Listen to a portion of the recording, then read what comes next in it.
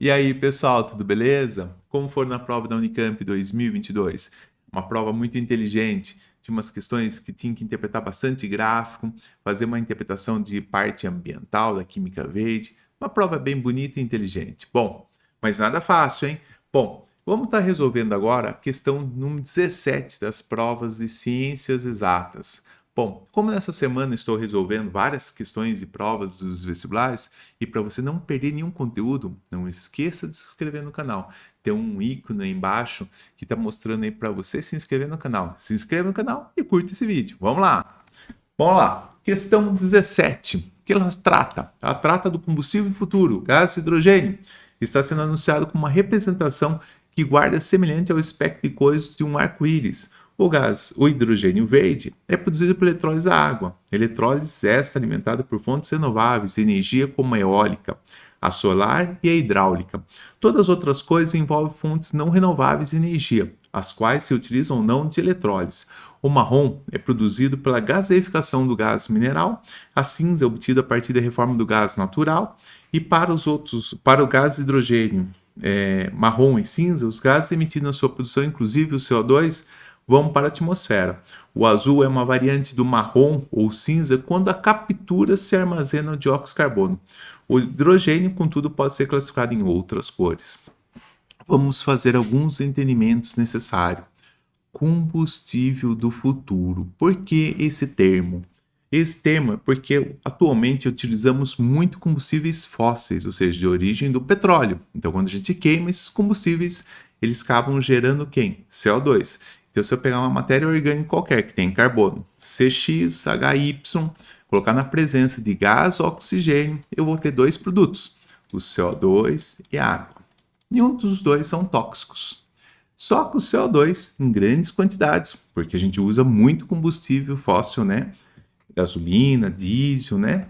Então ele vai produzir o quê? CO2. E esse CO2 aumenta então lá uma grande quantidade na atmosfera que aumenta então uma variação climática, né, que é o aquecimento global. Então hoje se fala muito de eliminar o uso de combustíveis que produzam esse CO2. Ah, tá. E o gás hidrogênio seria uma solução, porque o gás hidrogênio, que também poderia ser queimado com oxigênio, formariam então a molécula de água. Não está balanceado em uma dessas equações. Isso seria uma possibilidade. Também existe a possibilidade do gás hidrogênio ter uma célula combustível e produzir corrente elétrica. E aí volta novamente a vapor de água ainda, tá? Então, independente da situação, o gás hidrogênio é um combustível do futuro e bem aguardado o seu uso nessa situação. Por que eles usam o termo hidrogênio verde? Questões ecológicas, né, da química verde. Então, é um hidrogênio que não vai produzir CO2, ok? E aí ele fala até que a fonte tem que ser de energia, né, para obtenção dele tem que ser eólica, solar ou hidráulica, ou seja, sem emissão de CO2. Agora ele fala de outros processos aqui, que não é necessário que a gente faça, mas só para a gente exemplificar.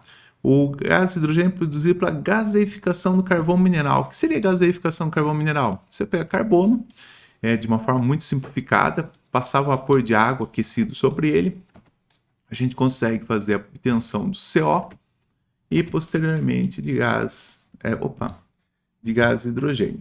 Ok. Esse CO pode ser oxidado e dar a obtenção então do CO2. Beleza, então isso aqui é o processo de gaseificação simplificado para obtenção de gás hidrogênio. A outra possibilidade, ele fala que é o processo cinza, que é a reforma do gás natural. Então eu pegaria o gás natural, passaria vapor de água aquecido, catalisadores adequados, eu vou ter então a produção do CO2 mais gás hidrogênio. Ah, legal, então os dois métodos obtêm gás hidrogênio? Sim. E a eletrólise, no caso, ali, seria pegar água, né? Pegar moléculas de água e teria então a produção de gás hidrogênio e gás oxigênio. Qual que é a diferença dos processos? Tanto os dois primeiros processos aqui, a gaseificação do carbono e a reforma do gás hidrogênio, produzem CO2, né? Ah, legal. Então a gente quer um processo que não produz CO2. Para o processo daí ele coloca a cor, né? Então o verde aqui seria o hidrogênio ecológico, o hidrogênio marrom e cinza não é tão ecológico assim, porque apesar da matriz energética final ser ecológica, a obtenção dele envolveu o CO2. E o azul seria uma variante, né, do marrom ou do cinza que foi capturado o dióxido de carbono. Então, se eu capturar o dióxido de carbono produzido nesse processo, eu vou chamar ele de azul. Ok, então vou pôr o enunciado. O que o enunciado pede? De acordo com as informações do texto, indique 3 critérios gerais utilizados para classificar o hidrogênio nas diversas cores. Simples, as cores estão associadas ao CO2, né? Ao CO2. Como assim o CO2?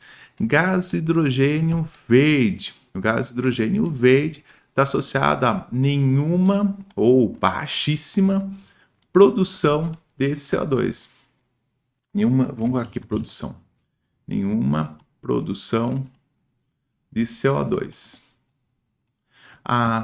O gás hidrogênio, tanto cinza quanto marrom, eles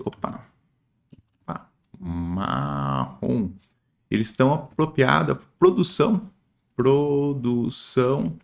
de CO2. E no caso, o gás hidrogênio azul seria a produção de gás hidrogênio, de gás carbônico e captura. Então aqui no caso faria captura. Isso. Então as cores estão associadas à quantidade de CO2 sendo gerado durante o processo. Então o gás hidrogênio verde não produz gás hidrogênio, gás carbônico. O gás hidrogênio cinza e marrom produzem e são liberados para o ambiente. E o azul, no caso aí, a produção de CO2 ela é capturada, né? Boa parte dela é capturada. Então, isso aí explicaria, então, a questão A, ganhamos já 2 pontos.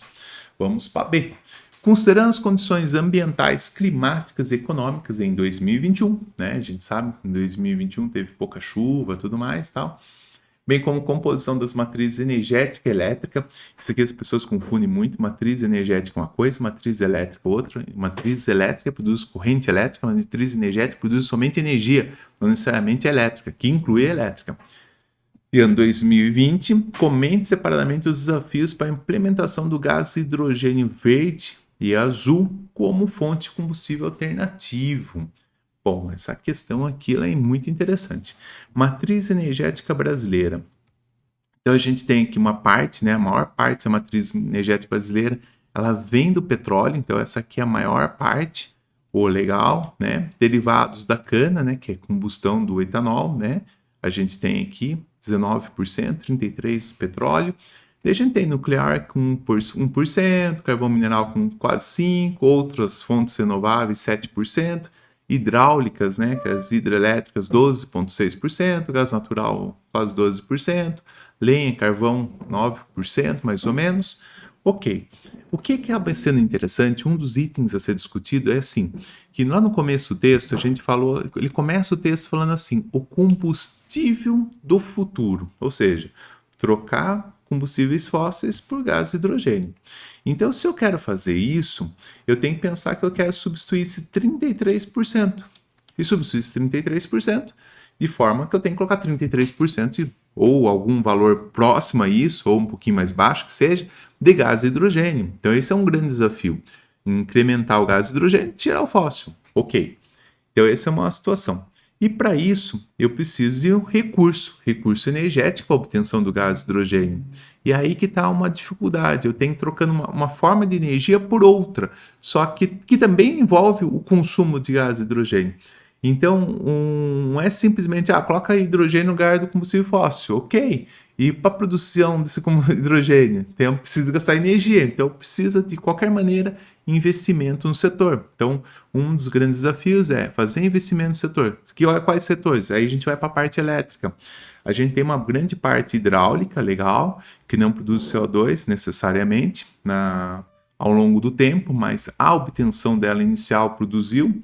A biomassa eólica, essas são chamadas lá de verdes, né, no nosso processo, mas a gente precisaria ampliar.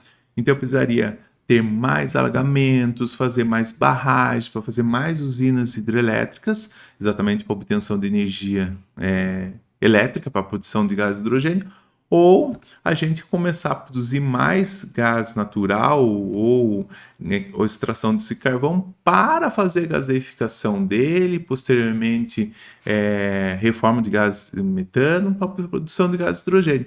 Ou seja, um grande impasse do gás hidrogênio é que para a obtenção dele eu preciso de energia. E essa energia modifica a matriz energética, que envolve novamente retroinvestimentos em sistemas, mais investimento em transmissão, em produção de energia e assim por diante. Então esse é um dos grandes desafios.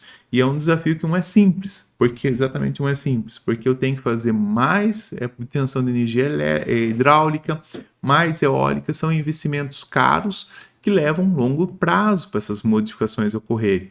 Então é bonito falar, é bonito colocar no papel, mas na prática isso vai demorar um pouquinho. Mas é uma possibilidade, as discussões estão ocorrendo, né?